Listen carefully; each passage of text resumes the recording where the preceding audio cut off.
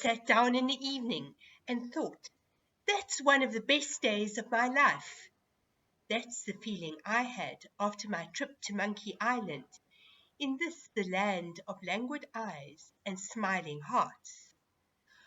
After colleagues shared their Monkey Island pictures, I longed to see it for myself.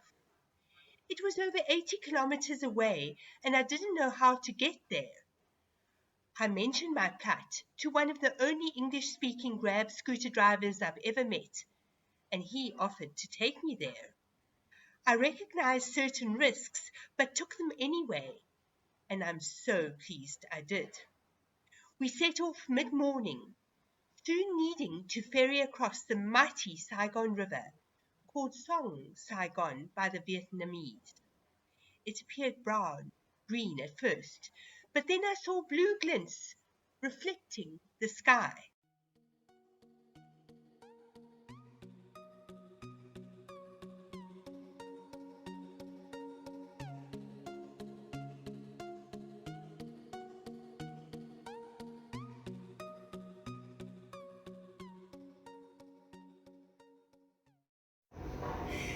The river rises in southeastern Cambodia, then it flows and curves south and southeast across a 5,000 square kilometer basin before reaching Ho Chi Minh City.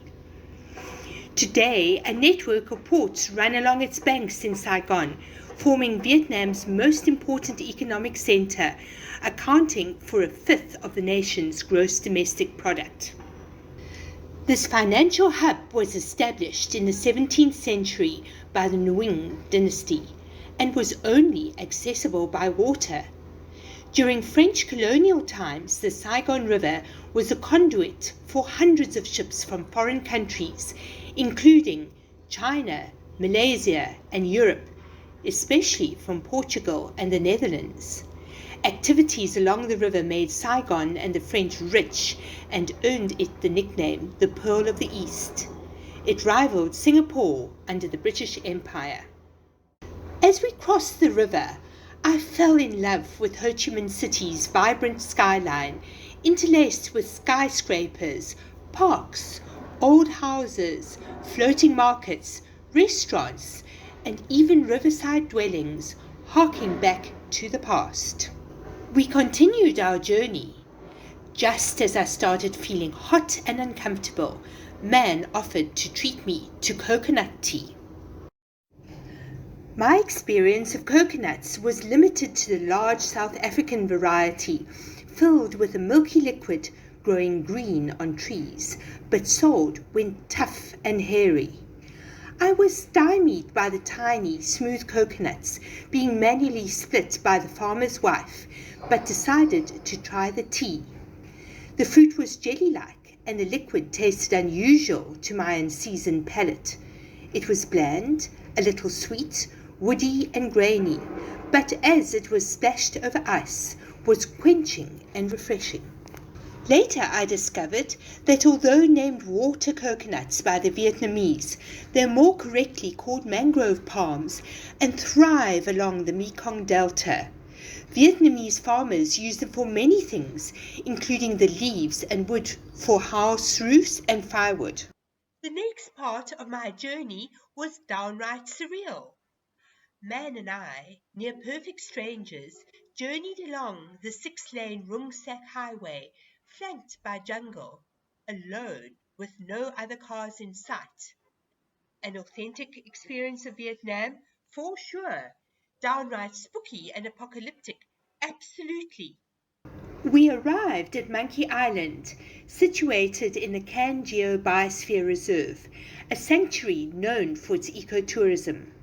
It's situated 80 kilometers southeast of Ho Chi Minh City, where the Saigon River meets the South China Sea, and today is home to over 2,000 monkeys. A cheeky character with a tomahawk met me at the ticket office. Instead of giving me a warm welcome, he bared his tiny teeth. Undeterred, I walked through the reserve, amazed by the scores of monkeys and their tiny babies, lazing happily beneath the trees. They love ramen. Am I smoking a doobie with monkeys all over me? Yes, you are. Yeah.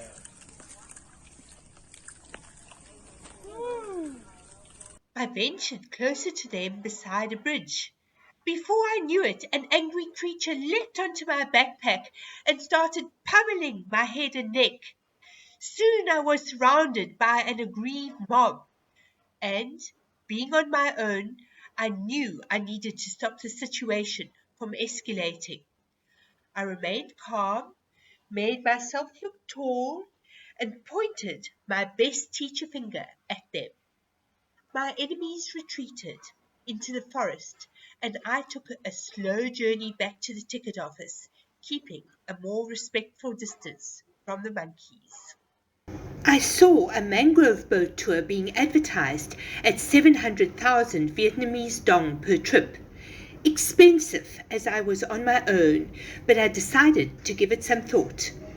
A few minutes later, a warm family of 4 arrived and invited me to join them. We split the costs and boarded the boat.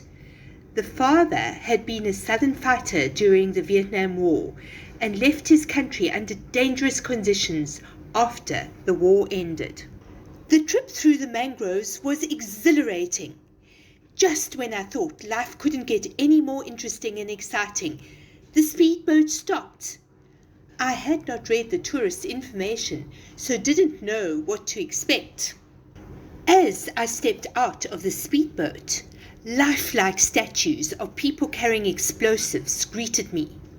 The Rung Sac Revolutionary Base of North Vietnam soldiers, established between 1965 and 1975, had been dramatically recreated, and I was there to see it. Well positioned, the first display shows revolutionaries carrying limpet mines and bombs made from enemy armaments, which were subsequently used against them. Ingeniously, the camp hid an 800 soldier strong army to fight their foe. Brave they were, surviving in the face of danger from crocodiles, food and water shortages, and a powerful enemy. I visited the hospital where 4 doctors and 2 physicians died while saving 500 liberation fighters. I was also interested in the figures of nurses prominently displayed, testament to the key role women played in hospitals, kitchens, and other aspects of military life.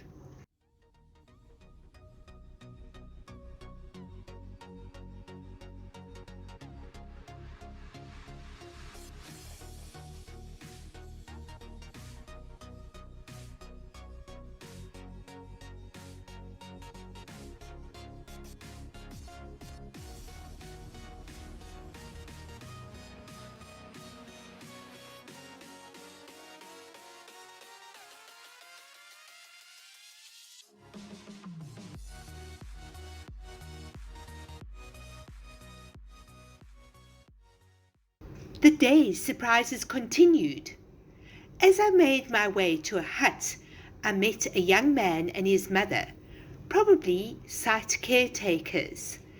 As they didn't speak any English, we mimed, and they beckoned me to join them for lunch. I probably won't ever be sure what I ate, but it comprised rice, meat, and a marrow-like vegetable, which I ate with chopsticks while sitting on the ground. Many Vietnamese are Buddhists and welcoming of strangers and people of other religious and spiritual persuasions. There is a large, peaceful memorial built at this military site where Buddhists can light incense and pay their respects to fallen soldiers. I stood there enjoying the positive energy where members of my host family said their prayers. I was sad to finish my visit because it meant leaving the Kangeo wetlands. Before the war, these were covered by salt water, providing a habitat to thousands of plants and animals. The conflict left them contaminated by chemicals and full of unexploded devices. After the war, with fewer than 100 monkeys, the Vietnamese government coaxed it back to life for all to enjoy. We headed off to Kangio Beach, and although a little polluted, was warm and welcoming. I felt an overwhelming feeling of exhilaration while skipping through the waves. Sadly, it was time to return home, but my experience wasn't over yet. As we travelled along, I saw water lilies on the side of the road, and I had to have a close look. At first, my Eurocentric framework kicked in, and I thought of Claude Monet's paintings. However, water lilies are also an important component of Vietnamese life. They blossom during rainy season and have been used by generations of women for decoration and in cuisine. Their stalks are edible and can be eaten raw or braised, and are often used in sour soups and hot pots. It was then that I remembered seeing a beautiful, award-winning picture of the Mok Hoa district in the Mekong Delta in Long An province. It showed a picture of women washing water lily flowers with long stems before taking them to sell or cook. Our final stop for the day was the One-Eyed Temple, a Kao Taoist site of worship. Kao Taoists believe in prayer, veneration of ancestors, vegetarianism, and non-violence. Their goal is to unite with God and free themselves from the wheel of life, or samsara.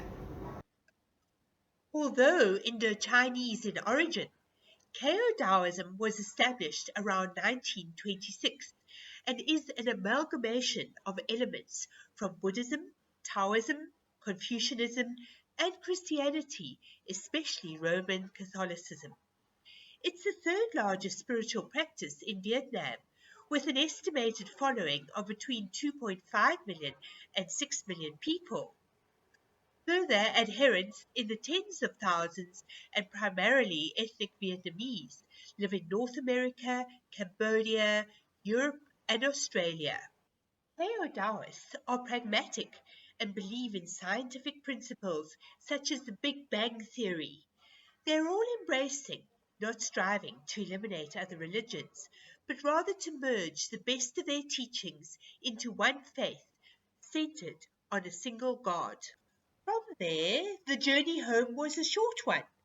I returned with a heart happy enough to burst, but having travelled in the heat on the back of a scooter for hours, a terrible thirst to quench.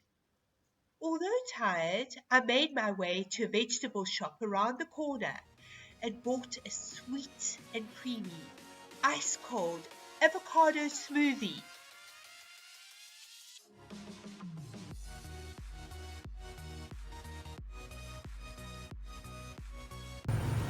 A befittingly unusual end to an astonishing day.